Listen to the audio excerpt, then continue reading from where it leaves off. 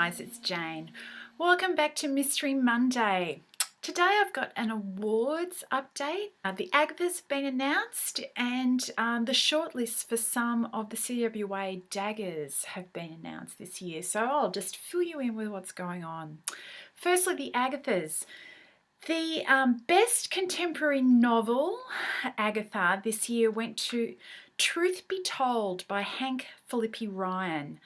This is number 3 in the Jane Ryland Jake Brogan series. Jane Ryland is a reporter, Jake Brogan is a homicide detective in Boston. So in Truth Be Told, a middle-class family is evicted from their suburban home, and in digging up the facts on this heartbreaking story, reporter Ryland soon learns the truth behind a big-buck scheme and the surprising players who will stop at nothing, including murder, to keep their goal a secret. So that's Truth Be Told. The best historical novel went to Queen of Hearts by Rhys Bowen. This is number 8 in the Her Royal Spyness series, which is a first-person narrative series told from the point of view of Lady Georgina Rannick, who is a virtually penniless woman in 1930s London who also happens to be 35th in line for the British throne. In Queen of Hearts, Lady Georgiana crosses the Atlantic with her much-married mother in pursuit of a quickie divorce in Reno. And jewel thieves, Hollywood and other hijinks ensue. The Lifetime Achievement Award, Agatha, this year went to Sara Paretsky of V.I. Warshawski fame. And just coincidentally, number 17 in the V.I. Warshawski series, which is to be called Brushback, is due for publication on July 16th. Now, moving on to the shortlists that have been announced for the daggers. There's a gazillion categories of these, and not all of the shortlists have been released as of yet. I'm just going to go through 2 categories today. So I'm actually going to run through the shortlists and give you a quick précis of each of the books on the list. The first one is the International Dagger. The International Dagger goes to the best crime novel first published in English from a translated work this year. So there are 6 books on the shortlist. The first one is Falling Freely as in a Dream by Leif Persson, translated by Paul Norlen. This is number 3 in the Fall of the Welfare State trilogy. With his retirement closing in, the chief of the National Bureau of Criminal Investigation in Sweden has reopened the files on the unsolved murder of Prime Minister Olof Palme. So we've got a twist on a real-life mystery in that one. The second nominee is Camille by Pierre Lemaitre, and can I just apologise starting right now for all of my bad pronunciations. This one's translated from the French by Frank Wynne. This is also number 3 in a trilogy. This is the number 3 in the Verhoeven trilogy. Police Commandant Camille Verhoeven will seek justice at any cost when Anne Forrester, the new woman in his life, is brutally attacked.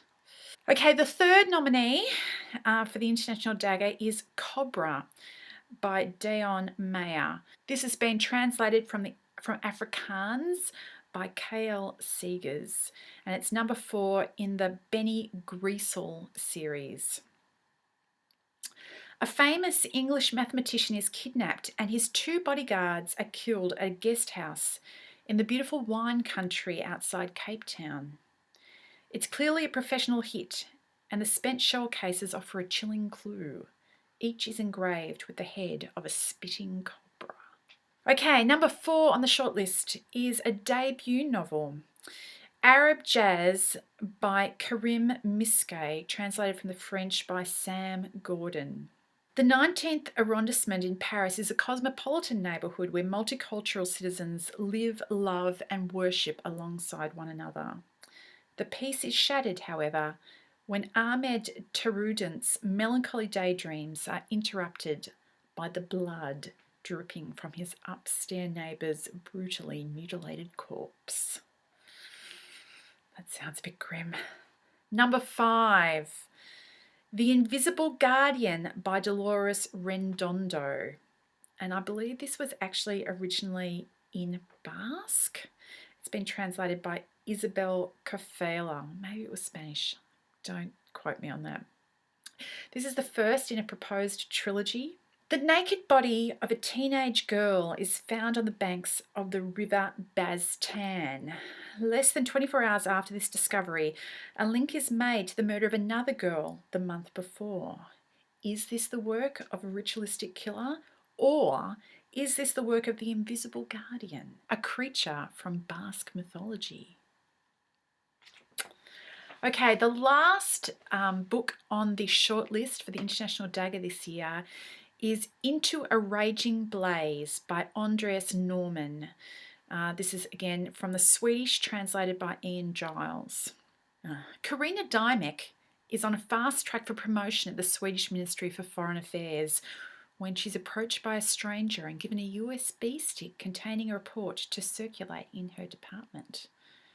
Unwittingly, she delivers a time bomb of classified information that sends her career up in flames and puts her on the radar of the security services. Okay, the second category that I'm going to run through the shortlist for today is the Endeavour Historical Dagger. So these are some of the best historical mysteries published in the last year. The first one is Havana Sleeping by Martin Davies. Havana in the 1850s is a city as dangerous as it is exotic. The murder of a humble night watchman at the British consulate seems to worry neither the consul nor the police. But one person cared for the old man.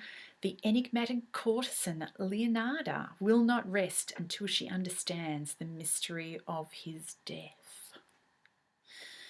Okay, second cab off the rank is Lamentation by C.J. Sansom. This is number 6 in the Matthew Shardlake series. I haven't actually read any of these, but they sound really interesting. I'm going to see if I can slot Matthew Shardlake into my reading pile. Autumn 1546. King Henry VIII is slowly, painfully dying. His Protestant and Catholic councillors prepare for a final and decisive power struggle. Whoever wins will control the government. The Catholics decide to focus their attack on Henry's 6th wife, the Protestant Queen, Catherine Parr. As Catherine begins to lose the king's favour, she turns to the shrewd, hunchbacked lawyer, Matthew Shardlake. Okay, the third nominee for the Endeavour Historical Dagger this year is The Man from Berlin by Luke McCallin, which is a debut novel in the first and proposed series following German Second World War military intelligence officer Captain Gregor Reinhardt. In The Man for Berlin, we open in Yugoslavia in May 1943, where a German officer has been shot and killed. Along with him, a young, beautiful filmmaker and photographer, a veritable hero to her people, has been brutally murdered. Number 4 is The Seeker by S.G. McLean, which is number 1 in the Damien Seeker series. The second one's already out.